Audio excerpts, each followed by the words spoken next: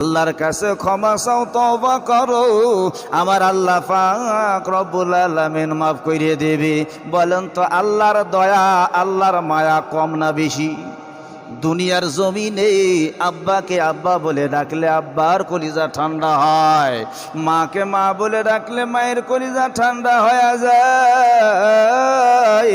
যখন কোনো আল্লাহর বান্দা আল্লাহকে আল্লাহ বলে ডাক দেয়, আমার আল্লাহ বলেন, বান্দারে, ওই পিতা মাতার চাইতে আমি আল্লাহ তোমার প্রতি লক্ষ কোটি গুণ বেশি খুশি হয়ে যায়।